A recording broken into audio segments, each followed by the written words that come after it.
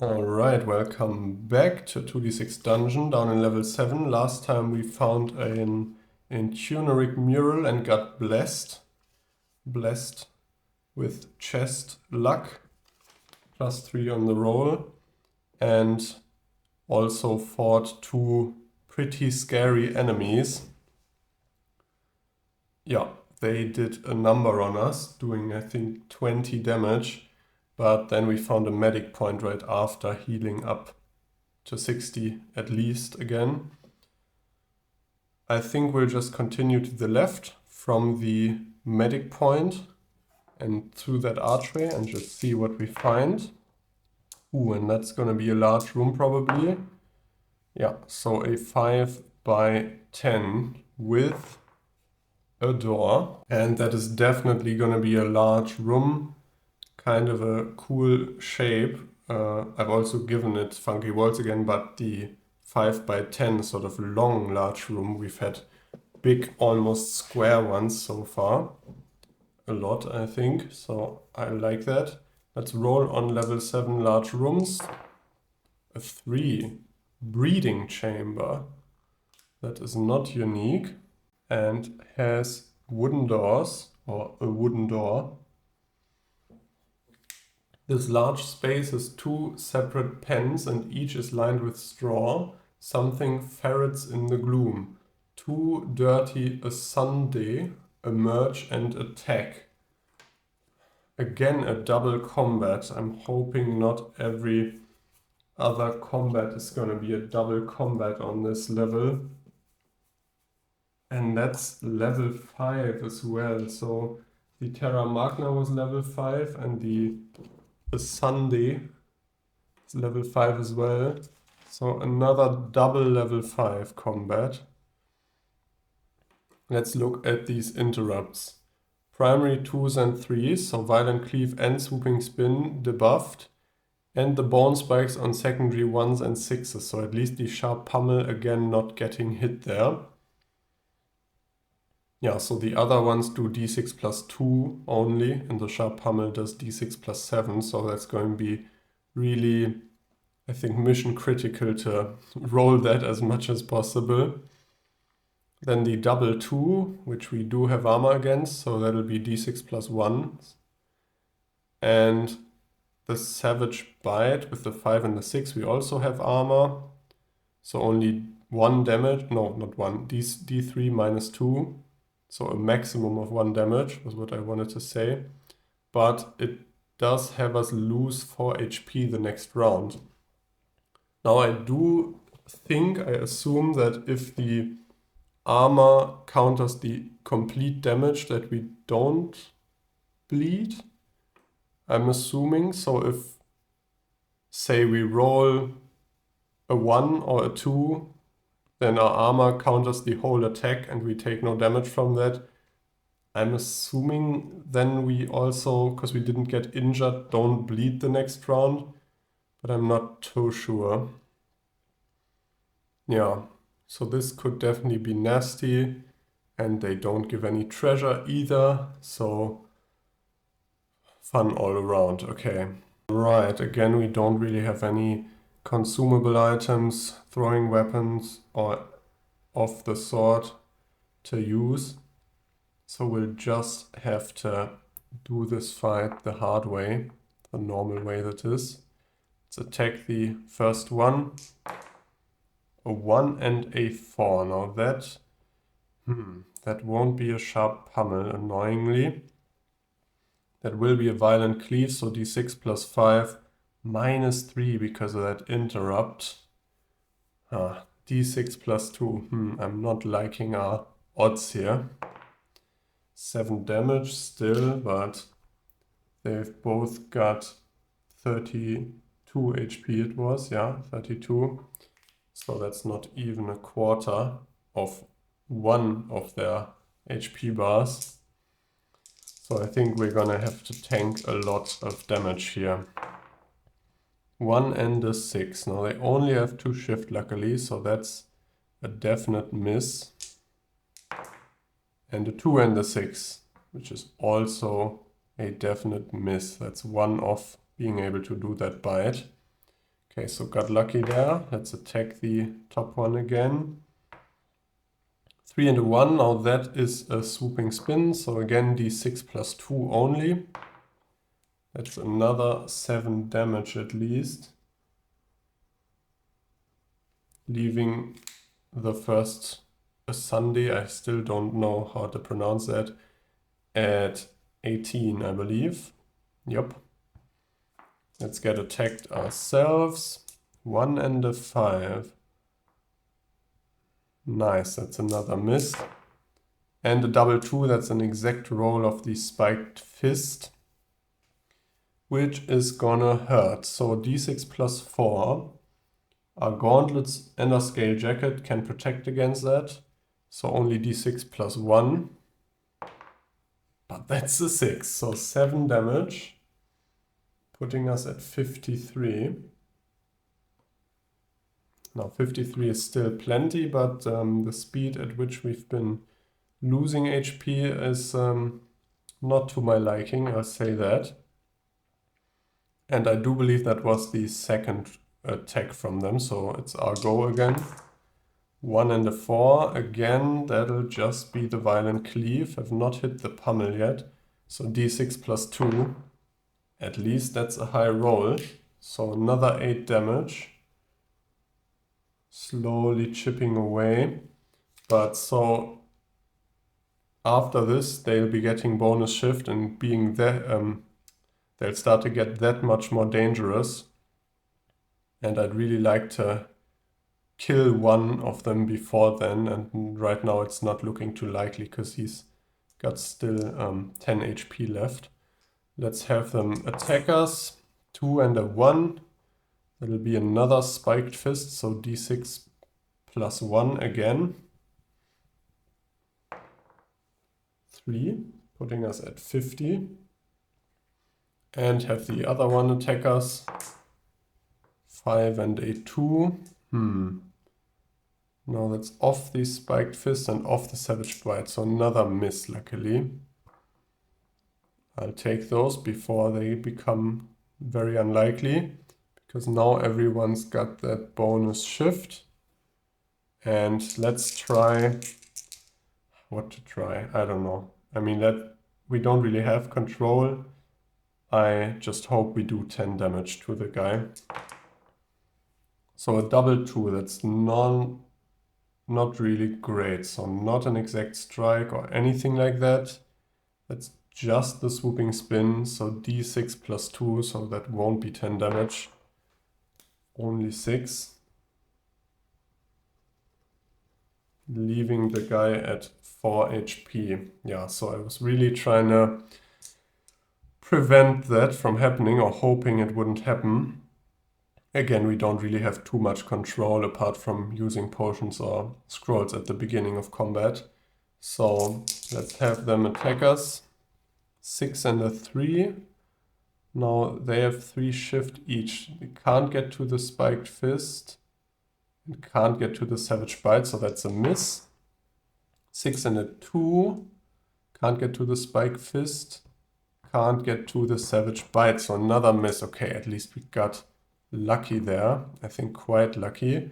So round 5, let's try to kill the upper one. 1 and a 2. Again, we've just been rolling these swooping spins and so on.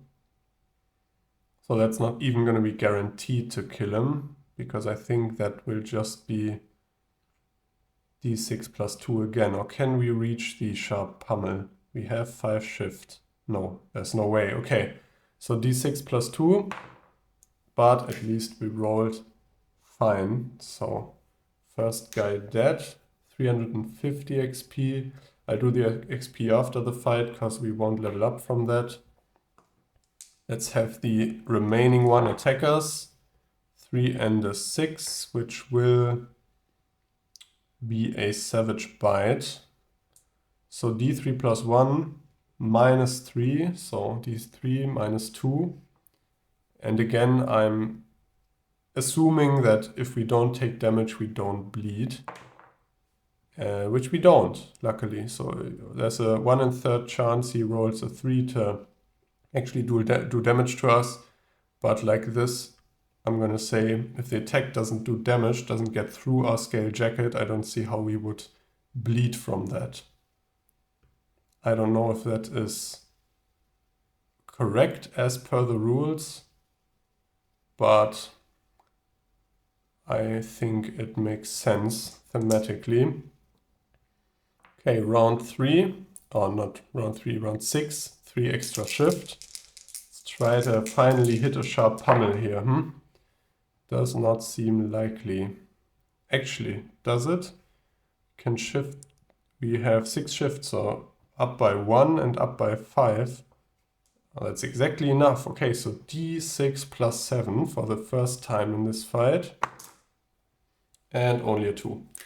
But that's still 9 damage, which is a nice chunk. Let's get attacked ourselves. 3 and a 2, that'll have to be the spiked fist again. d6 plus 4, minus 3 because of our armor, but d6 plus 1 can still be nasty, and it proved to be so. Going down to 43. Now, at this pace, we're not gonna die, not really gonna need the potion. Also, I think we are in good shape to head back to town soon-ish. So I think this fight will be fine, but we can't afford a lot of those right after each other, I don't think. Yeah, let's go to round 7 and attack. Now, actually, because it's round 7, the interrupts, at least one of them, the jump backwards is movement-based, won't be in effect anymore. So the primary 2s and 3s won't be debuffed anymore. The secondary 6 still will be, so the violent cleave still will be doing a little less damage, but the swooping spin will be doing the full damage again, which is nice to know. Okay, and so I just rolled, I think, or did I? Yeah, so I rolled an exact strike just then and didn't even realize, it didn't even register, but we just rolled a 3 and a 2, which is great timing. So as I said just now, because it's round 7, the swooping spin won't be debuffed anymore, and we roll it exactly. d6 plus 5 plus our 6 shift at this point, so d6 plus 11. This could be big. And it's a 5, so 16 damage. I like that. So that'll just be an entire 2 rows of his HP gone, just like that. So the Sundae is left at the meager amount of 7 HP, which I think we might be able to do next round.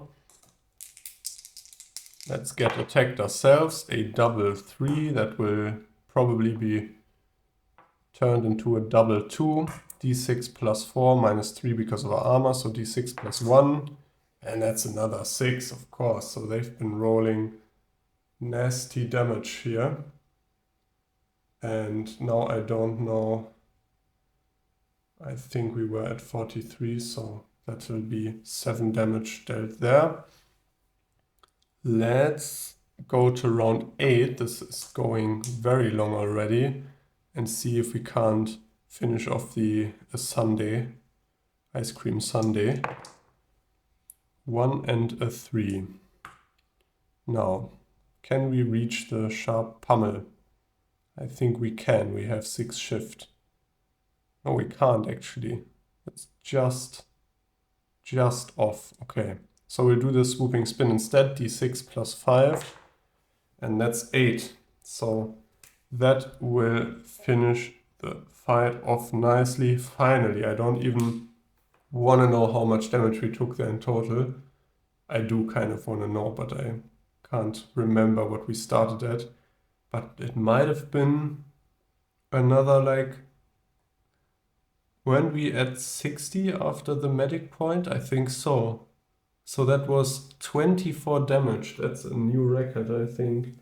Every subsequent fight just does more and more damage to us, I feel. Okay, so scary, scary stuff. But we get 700 XP, which means we are now well within reach of leveling up to level 8. at 9084 XP. So it really just takes 2 more of those kind of fights, or maybe 1 big enemy if there are some that give more than 916 XP to level up. And I do really want to do that before heading down to level 8. I don't want to head down to dungeon level 8 while being on only level 7. Yeah. Okay, but that's that. No treasure from those, which is annoying. And I think the breeding chamber didn't say anything else. Yeah, so just the pens lined with straw, the ice cream sundae emerge and attack, and that's it. Not great. Let's see if the wooden door is unlocked. It is. Let's go through there, look for another room. 5 by 3, no, 3 by 5 actually.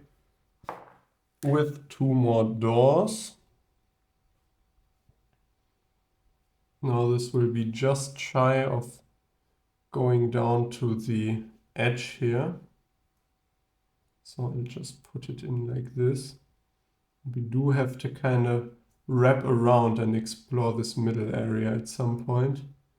But for now I want to make my way towards the dungeon edge, I think. I don't know if we rolled one of those special rooms, how I would evaluate if it's already more than 50%. I think it might be at that point just because like in here there's not going to be another room. So that's basically dead space.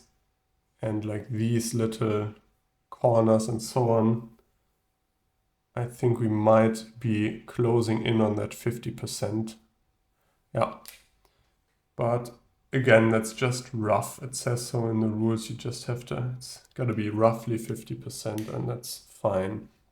So room number 12 will be a 1 and a 3. What does that entail? I am on the completely wrong table here, I'm noticing. 1 and a 3. Mort pits. What's that? The ground here has been opened and partially eaten bodies, now rotten, have been thrown in. Disgusting. And that's unique. And it got random exit. If you move through this room, lose 2 HP, for the smell is toxic and makes you sick. Okay. Random exits. Roll on the level 7 exit type table. Double 6, wooden doors, all of which are locked. How come we are rolling these double 6s out of combat now? We rolled one here for the room, rolled one after that for the room itself, I think, rolled one now for the exit, but none of them in combat, which is sad. Okay, so I think we'll have to move through there, basically. Look to the right. Let's lose 2 HP. Does that probably means every time we move through there. Doesn't explicitly say once, and I'm guessing the smell would stick around. So moving through minus 2 HP, which we'll do once going to the right and probably a second time when we come back. Which is not great, but I think we'll have to do it like that. So 2 HP, let's check that wooden door. That is wide open, and go through there because we'll do another room because that was not too eventful.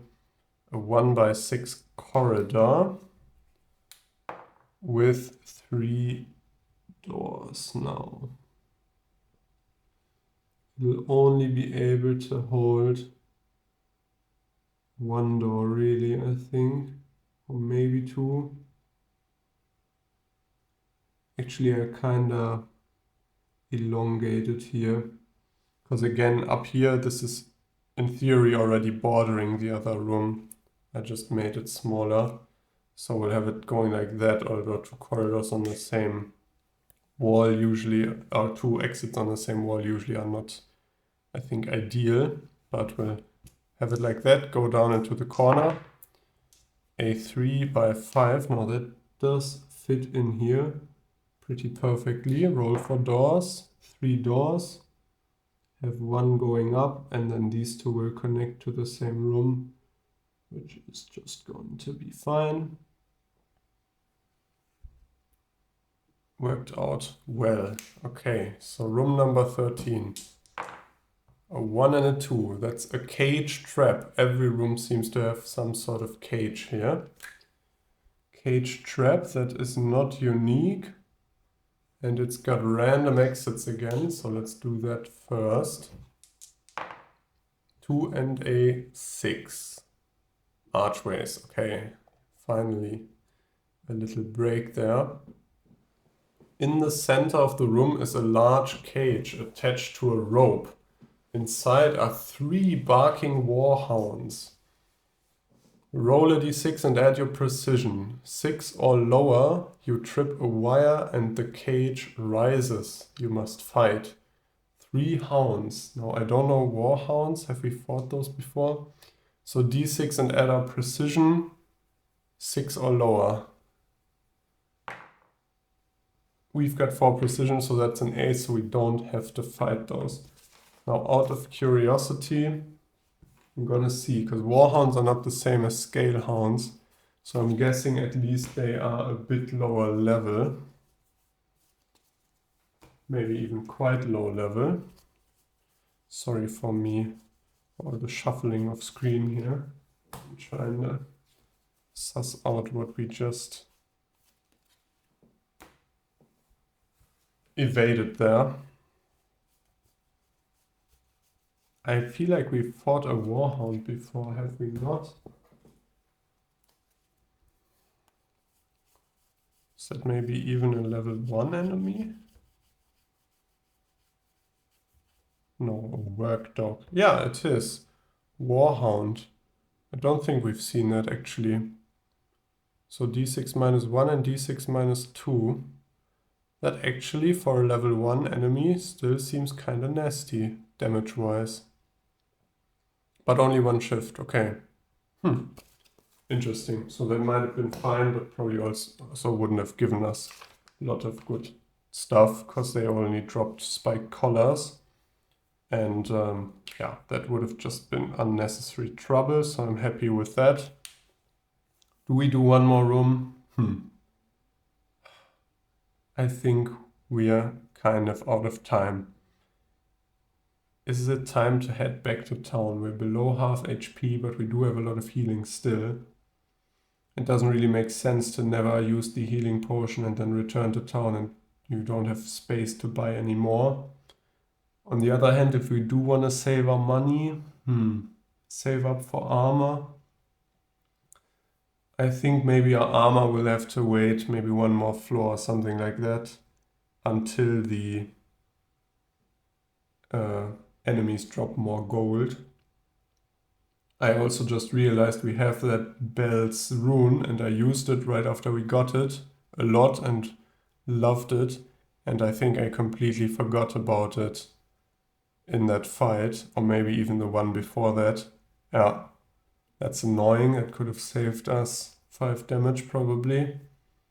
Yeah, well, there's no going back on that now. I think we'll leave it at that.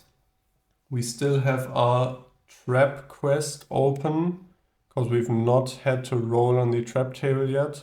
We still have the Cyclops box quest open, because we've not fought a Cyclops yet.